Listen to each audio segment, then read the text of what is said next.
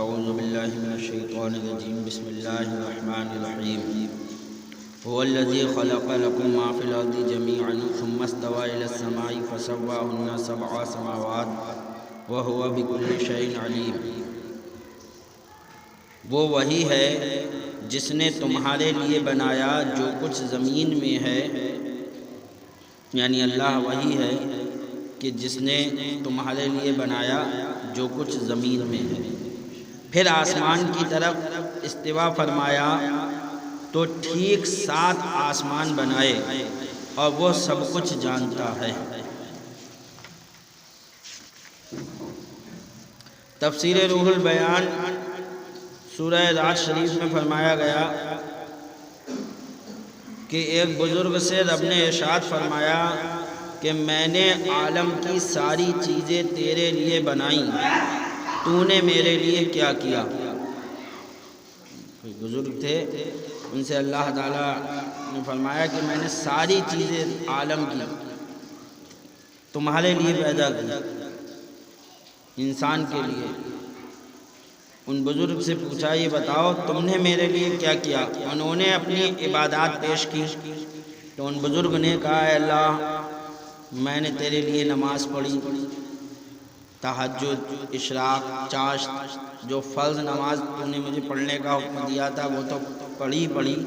اس کے علاوہ میں نے اپنی طرف سے عبادتیں کی جس کا تو نے مجھے حکم بھی نہیں دیا کہ میں کروں، لیکن میں نے وہ بھی کری تیرے لیے۔ اپنی عبادات پیش کی، ارشاد الہی ہوا کہ یہ عبادتیں بھی تو نے اپنے لیے ہی کی تھیں، میرے لیے نہیں کی۔ جتنی زیادہ عبادتیں کی اتنا زیادہ ثواب پایا، تو میرے لیے کہاں کی عبادت تو اپنے لیے کی کہ جتنی زیادہ عبادت کرو گے معلوم ہے کہ زیادہ عبادت کریں گے جنت میں زیادہ ثواب کے حقدار ہوں گے، جنت میں اتنے بڑے امیر ہوں گے۔ جتنے یہاں پر زیادہ عبادت کر کے جائیں گے اتنے ہی وہاں پر ہمارے پاس ثواب زیادہ ہوگا۔ تو کیا اپنے لیے، میرے لیے کیا کیا؟ تو اللہ تعالیٰ نے فرمایا کہ یہ سب اپنے لیے کیا تاکہ دوزخ سے بچ جائے اور جنت حاصل کرے۔ بتا میرے لیے کیا کیا؟ تو سب اپنے لیے کیا، حرام سے بچا، گانے تماشوں سے بچا، ڈھول تاشے بازوں سے بچا، ناچ رنگ رنگیلیوں سے بچا۔ تو اس لیے بچا کہ اگر یہ کرے گا تو دوزخ میں جائے گا، تو اپنے لیے تو کیا، میرے لیے کیا کیا؟ داڑھی رکھی اپنے لیے رکھی، نہیں رکھتا تو جہنم کا مستحق ہوتا، میرے لیے کیا کیا؟ تو رب نے یہ سوال کیا کہ بتا میرے لیے کیا کیا؟ عرض کیا مولا پھر تیرے لیے کون سا کام ہوتا ہے؟ سب کام بندے کے لیے اپنے ہی ہیں، تو پھر تیرے لیے کیا ہو سکتا؟ تیرے لیے کچھ ہو ہی نہیں سکتا، ہم کیا کریں تیرے لیے؟ یہ تو سب ہمارے ہی لیے ہیں، ہم کیا کریں؟ تیرے لیے کون سا کام ہوتا ہے؟ فرمایا کہ میرے پیاروں سے محبت اور میرے دشمنوں سے عداوت، یہ ہے میرے لیے۔ جو میرے محبوب بندے ہیں ان سے محبت کر لو، اور جو میرے دشمن ہیں ان سے دشمنی کر لو۔ یہ 2 کام کر لو، یہ میرے لیے ہیں، یہ 2 کام میرے لیے ہیں۔ نماز تیرے لیے، روزہ تیرے لیے، زکوٰۃ تیرے لیے، حج تیرے لیے، تمام عبادتیں تیرے لیے، اور اللہ والوں سے محبت میرے لیے۔ اللہ والوں سے محبت میرے لیے، اور اللہ والوں کے جو دشمن ہیں ان سے دشمنی وہ بھی میرے لیے۔ ان کے دل میں تمہارے نفرت آئے، اللہ کے رسول کے دشمن ہیں، غوث اعظم کے دشمن ہیں، جو ان کے دشمن کون ہیں سب کو آپ کو معلوم ہے، جو یہ کہتے ہیں کہ غوث سے مت مانگو، خواجہ سے مت مانگو، ان کے مزاروں پر مت جاؤ، تو وہ غوث اعظم کے دشمن ہیں کہ نہیں ہیں؟ جو یہ کہیں کہ اللہ کے رسول کو کچھ اختیار نہیں، اللہ کے رسول کسی چیز کے مالک و مختار نہیں، جو یہ کہیں کہ نماز میں گدھے کا خیال آ جائے تو نماز نہیں ٹوٹے، اور نبی کا آ جائے تو ٹوٹ جائے، تو کتنے بڑے دشمن ہیں؟ تو یہ کوئی چھپی ہوئی بات تھوڑی ہے، کھلی ہوئی بات ہے کہ یہ کتنے بڑے دشمن ہیں۔ تو ان سے دشمنی رکھنا یہی اللہ کے لیے ہے، تو اعلیٰ حضرت نے ہمیں یہی درس دیا، دشمن احمد پہ شدت کیجیے۔ شدت کے معنی سب سمجھتے ہیں سختی، اعلیٰ حضرت نے یہ نہیں کہا نرمی اختیار کرو۔ دشمن احمد جو نبی کا دشمن ہے، اس سے نرمی کا برتاؤ نہیں ہوگا، اس سے سختی کا برتاؤ ہوگا، اس پہ سختی کی جائے گی۔ دشمن احمد پہ شدت کیجیے، ملحدوں کی کیا مربت کیجیے۔ دشمن رسول ہیں، ان کی کوئی مربت نہیں کی جائے گی۔ تو اللہ کے لیے اگر ہمیں کچھ کرنا ہے تو ہمارے پاس یہی کام ہے، اللہ والوں سے محبت اور اللہ کے دشمنوں سے عداوت، دشمنی کرنا چاہیے، اپنی ذات کے لیے نہیں بلکہ رسول پاک کی ذات کے لیے کرنا چاہیے۔ جو نبی کا دشمن وہ ہمارا سب سے بڑا دشمن۔ اللہ تبارک تعالی ہم مسلمانوں کو اس عمل پر چلنے کی توفیق رفیق عطا فرمائے۔ تو فرمایا کہ میرے پیاروں سے محبت اور میرے دشمنوں سے عداوت، لہذا نماز، حج وغیرہ ادا کرنا عبادت ہے، اور ان عبادات سے محبت کرنا رب کی محبت ہے۔ عبادات اپنے لیے ہیں، عبادت سے محبت رب کے لیے۔ عبادت کرنا شریعت ہے، عبادت سے محبت کرنا طریقت ہے۔ جو عبادت تو کرے مگر بوجھ جان کر، رب اس سے ناراض ہے۔ اسی لیے صوفیاء اکرام کے نزدیک جنت کے لیے عبادت کرنا کمال نہیں، محض رضائے الہی کے لیے چاہیے۔ اس لیے عبادت کرنا کہ ارے جنت ملے گی، لاؤ جنت ملے گی، کر لیں۔ جنت تو اللہ اپنے فضل سے دے گئے، بلکہ اللہ کا حکم ہے، اس لیے ہمیں بجا لانا ہے۔ تو اس لیے نماز پڑھیں گے تو یہ صوفیاء اکرام کا طریقہ ہے، رضائے الہی کے لیے چاہیے۔ اور جس طرح آسمان و زمین کو تیری خاطر بنایا، اسی طرح تو بھی اپنے دنیاوی کاروبار بھی میرے ہی رضا کے لیے کر، خود اس لیے کھا پی کہ تو اس سے عبادت کرے، بچوں کی اس لیے پرورش کر کہ یہ میرا حکم ہے۔ بس نیت کی بات ہے ساری۔ بچے ویسے بھی پال رہے ہو، بچے ویسے بھی پالو گے، نیت یہ کر لو کہ اللہ کا حکم ہے کہ اپنے بچوں کی اچھی پرورش کرو، اس لیے ہم پرورش کر رہے ہیں۔ ایک نیت آپ نے بدلی، وہ کام اللہ کے لیے ہو گیا۔ ارے بچوں کو تب بھی کھلا رہے تھے، بچوں کو تب بھی پلا رہے تھے، اب بچوں کو اب بھی کھلاؤ گے، اب بھی پلاؤ گے، لیکن نیت میں یہ ہونا چاہیے ہم اپنے بچوں کو اس لیے پال رہے ہیں کہ رب کا حکم ہے۔ یہ ہوگا تو تبھی جب نماز پڑھ کے پالو گے۔ اگر رب کا حکم مان کے بچے پالتے تو نماز پڑھ کے پالتے، نماز چھوڑ کے تھوڑی پالتے۔ جب نماز چھوڑ کر پال رہے ہو اور پھر یہ کہو کہ ہاں ہماری نیت یہ ہے کہ اللہ کا حکم ہے اپنے بچوں کی اچھی پرورش کرو، تو کہاں؟ اللہ کا یہ بھی تو حکم ہے کہ نماز پڑھ کے کرو، یہ حکم تھوڑی ہے کہ نماز کو چھوڑ کے بچوں کی پرورش کرو۔ تو اللہ کا حکم مانو، اللہ کے بتائے ہوئے طریقے پر چلو، انشاءاللہ یہاں بھی کامیاب ہوگے اور آخرت میں بھی کامیاب ہوگے۔ وَإِذْ قَالَ رَبُّكَ لِلْمَلَائِكَةِ إِنِّي جَاعِلٌ فِي الْأَرْضِ خَلِيفَةً قَالُوا أَتَجْعَلُ فِيهَا مَن يُفْسِدُ فِيهَا وَيَسْفِكُ الدِّمَاءَ وَنَحْنُ نُسَبِّحُ بِحَمْدِكَ وَنُقَدِّسُ لَكَ قَالَ إِنِّي أَعْلَمُ مَا لَا تَعْلَمُونَ۔ اور یاد کرو جب تمہارے رب نے فرشتوں سے فرمایا میں زمین میں اپنا نائب بنانے والا ہوں۔ اللہ کس سے کہہ رہا ہے؟ یاد کرو، کس سے کہہ رہا ہے؟ اپنے نبی سے، اپنے نبی سے کہہ رہا ہے یاد کرو۔ اچھا یاد کرو کس سے کہا جاتا ہے؟ کس سے کہیں گے یہ بات کہ بھائی یاد کرو ذرا اس وقت کو؟ تبھی تو آپ کسی سے کہہ سکتے ہو جب وہ شخص، جب وہ کام ہو رہا ہو تو وہ شخص بھی وہاں موجود ہو اور اس کام کو دیکھ رہا ہو، اور پھر جو ہے بھول گیا ہو تو ہم اس سے کہیں گے ہمیں یاد کرو اس دن اپنے لوگ وہاں گئے تھے، دیکھا تھا وہ کام، تو کہے گا ہاں ہاں ہاں یاد آ گیا، یاد آ گیا۔ تو پتہ یہ چلا کہ جب حضرت آدم علیہ السلام کی پیدائش ہوئی تو نبی کریم صلی اللہ تعالی علیہ وسلم سب کچھ ملاحظہ فرما رہے تھے، سب کچھ ملاحظہ فرما رہے تھے، دیکھ رہے تھے، سب کچھ جان رہے تھے۔ اب جب نبی دنیا میں تشریف لائے تو اللہ تبارک تعالیٰ نے کہا اے محبوب یاد کرو اس وقت کو، یاد کرو جبکہ تمہارے رب نے فرشتوں سے فرمایا میں زمین میں اپنا نائب بنانے والا ہوں۔ بولے کیا ایسے کو نائب کرے گا جو اس میں فساد پھیلائے گا؟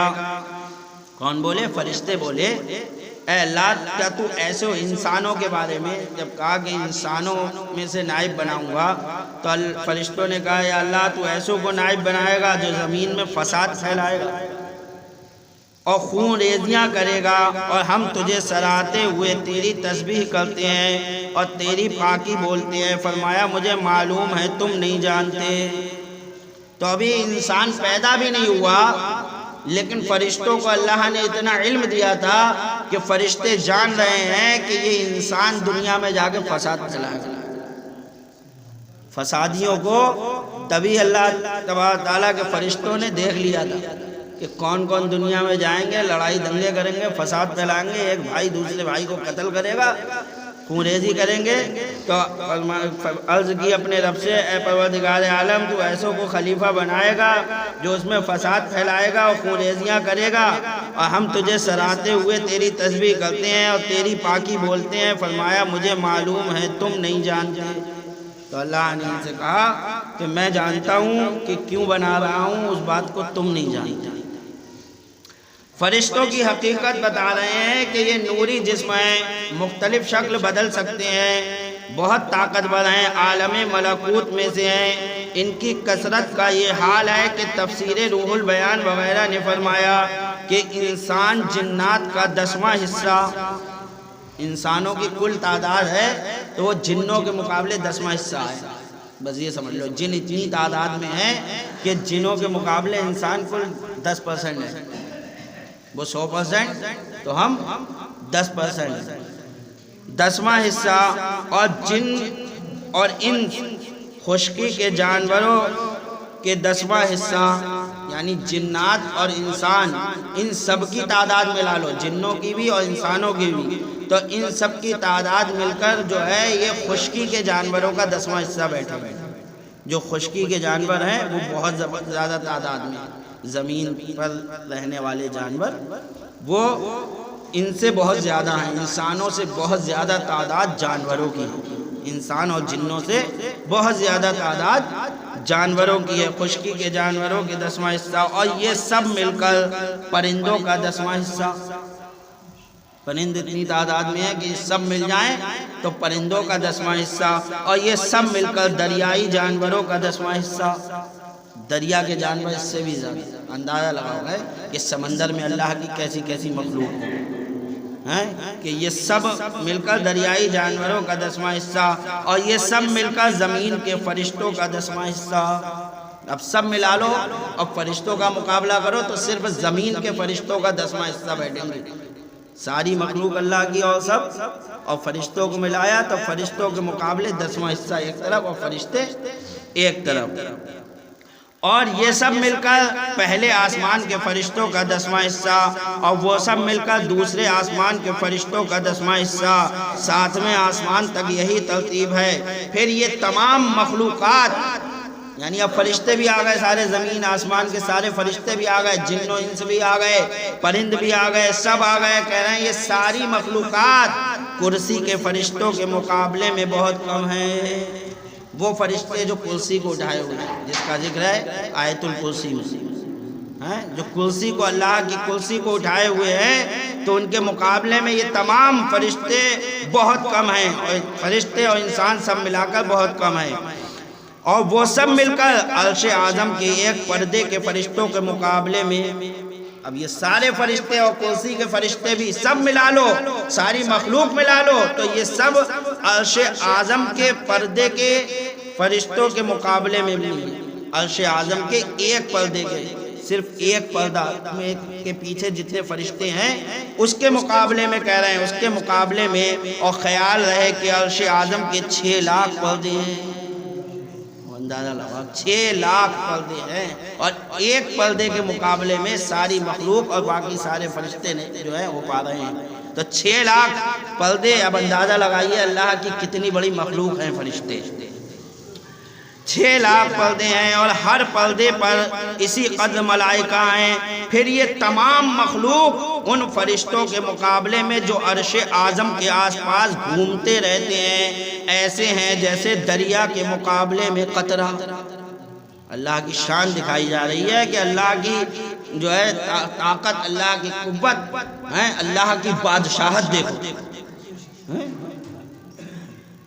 وہ مالک علی الاطلاق ہے۔ پھر یہ تمام مخلوق ان فرشتوں کے مقابلے میں جو عرش اعظم کے آس پاس گھومتے رہتے ہیں ایسے ہیں جیسے دریا کے مقابلے میں قطرہ، ان کی تعداد رب ہی جانتا ہے۔ یہ تمام فرشتے رب کے مطیع بندے اور ہر دم اس کی عبادت میں مشغول رہنے والے ہیں، جس سے معلوم ہوا کہ سب سے بڑی مخلوق فرشتے ہی ہیں۔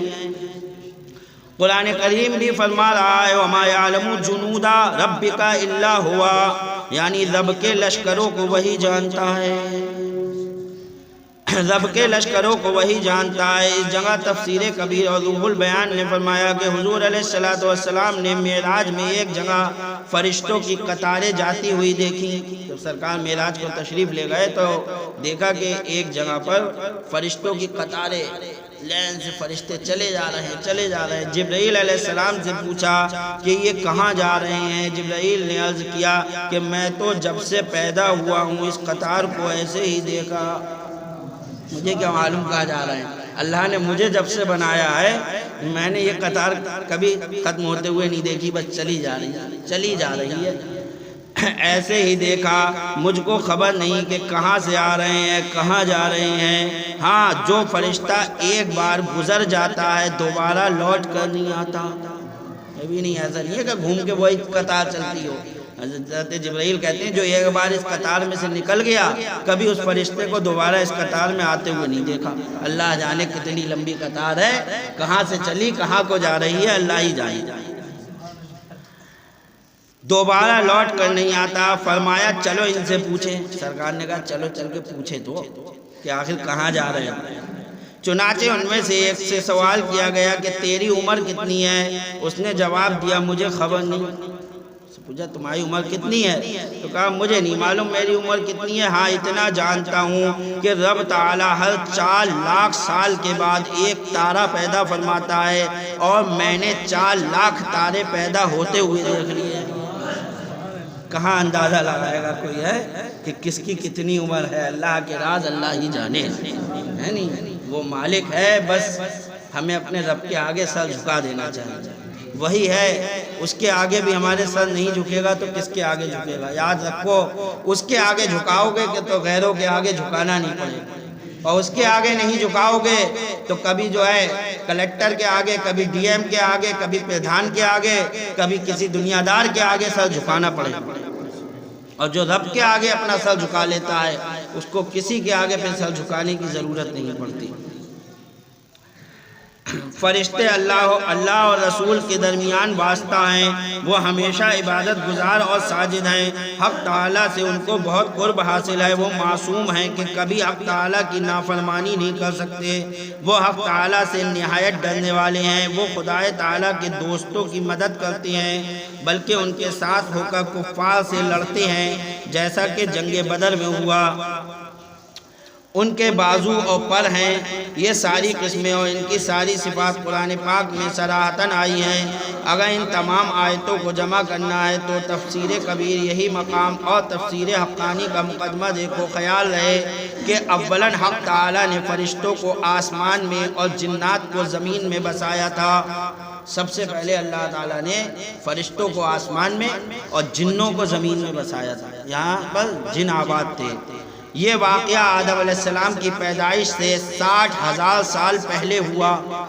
آدم علیہ السلام کی پیدائش سے 60,000 سال پہلے یہ واقعہ ہوا کہ جنوں کو اللہ تعالیٰ نے زمین میں بسایا۔ یہ جنات زمین میں 7,000 سال تک آباد رہے۔ پھر ان کا آپس میں بغض و حسد شروع ہوا، چنانچہ انہوں نے آپس میں خوب جنگ و خونریزی کی۔ اس وقت ابلیس جس کا نام عزازیل تھا بہت مقبول بارگاہ الہی تھا۔ تو ابلیس جو تھا شیطان لعین، عزازیل اس وقت نام تھا، جنوں کا یہی جو ہے مین ہے۔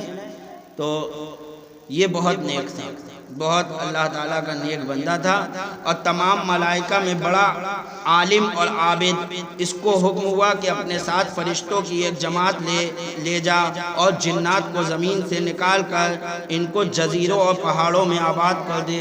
تو رب کا حکم ہوا ہے شیطان، اے عزازیل جا فرشتوں کی فوج لے کر جاؤ، یہ جنات جو آپس میں لڑتے پھر رہے ہیں ان سب کو زمین سے ہٹا دے اور ان کو جزیروں میں اور پہاڑوں کی طرف آباد کر دے، بس وہیں رہیں گے ابھی، پہاڑوں میں آباد کر دے۔ چنانچہ ابلیس نے ایسا ہی کیا، جو فرشتے کے ابلیس کے ساتھ آئے تھے وہ اس زمین پر آباد کر دیے گئے، جو فرشتے آئے تھے اب زمین پر ان کو زمین پر ہی آباد کر دیا گیا۔ لہذا آپ فرشتوں کے دو حصے ہو گئے، ایک زمین والے اور ایک آسمان والے۔